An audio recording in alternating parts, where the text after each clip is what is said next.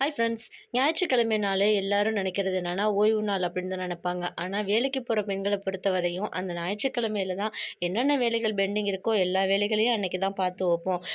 முக்கியமா சொல்ல போனோம்னா, அந்த வாரத்துக்கு தேவையான காய்கறிகள் கட் பண்ணி வச்சுக்கலாம். அதே மாதிரி மாவு அரைச்சு வச்சுக்கிறது, அப்புறம் துணி அயர்ன் பண்ணி வச்சுக்கிறது. இந்த மாதிரியான வேலைகள்லாம் வந்து ஞாயிற்றுக்கிழமையில தான் பண்றாப்புல இருக்கும். ஓய்வு நாள் அப்படிங்கிறத விட, ஒரு வாரத்துக்கு தேவையான வேலைகள செஞ்சு வச்சுக்கிற நாள்னு தான் நான் சொல்லுவேன்.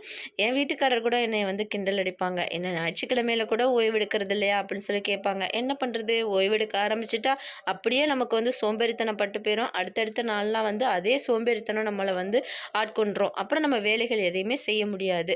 ஏன்னா பெண்கள பொறுத்தவரையும் சோம்பேறித்தனம் வர ஆரம்பிச்சுட்டாலே வீட்டு வேலைகள பார்க்கறதுல இன்ட்ரெஸ்ட் வராது. எனக்கும் வீட்ல இருக்கிறப்ப மதிய நேரத்தில வந்து தூக்கம் வரும் தான். ஆனா அத கண்ட்ரோல் பண்ணிட்டு எப்படியாச்சும் ஏதாவது ஒரு வேலைய பார்த்துக்கிட்டே இருப்பேன். அப்பதான் வந்து மறுநாள் அதே டைம்க்கு நமக்கு வந்து தூக்கம் வர மாரியே இருக்கும். பசங்களுக்கு தான் லீவ் விட்டாச்சே மெதுவா எந்திரிக்கலாம் அப்படின்னா கூட நமக்கு மனசு வர மாட்டேங்குது. ஏன்னா, 1 மாசத்துக்கு நம்ம அது மாரி இருந்து பழகிட்டோம்னா, அடுத்தடுத்து நமக்கு ஸ்கூல் ஓப்பன் பண்ற டைம்ல சீக்கிரம் எந்திரிக்கிறது கொஞ்சம் கஷ்டமாவே இருக்கும் இல்லையா? அதனால எப்பவும் போல நம்ம இருந்துக்கிறது ரொம்பவுமே நல்லதுன்னு நான் நெனைப்பேன். நீங்க என்ன நெனைக்கிறீங்கன்னு கமெண்ட்ல சொல்லுங்க. இந்த வீடியோ உங்களுக்கு பிடிச்சிருந்தா லைக் பண்ணிட்டு நம்ம சேனல மறக்காம சப்ஸ்கிரைப் பண்ணி சப்போர்ட் பண்ணுங்க. Thank you.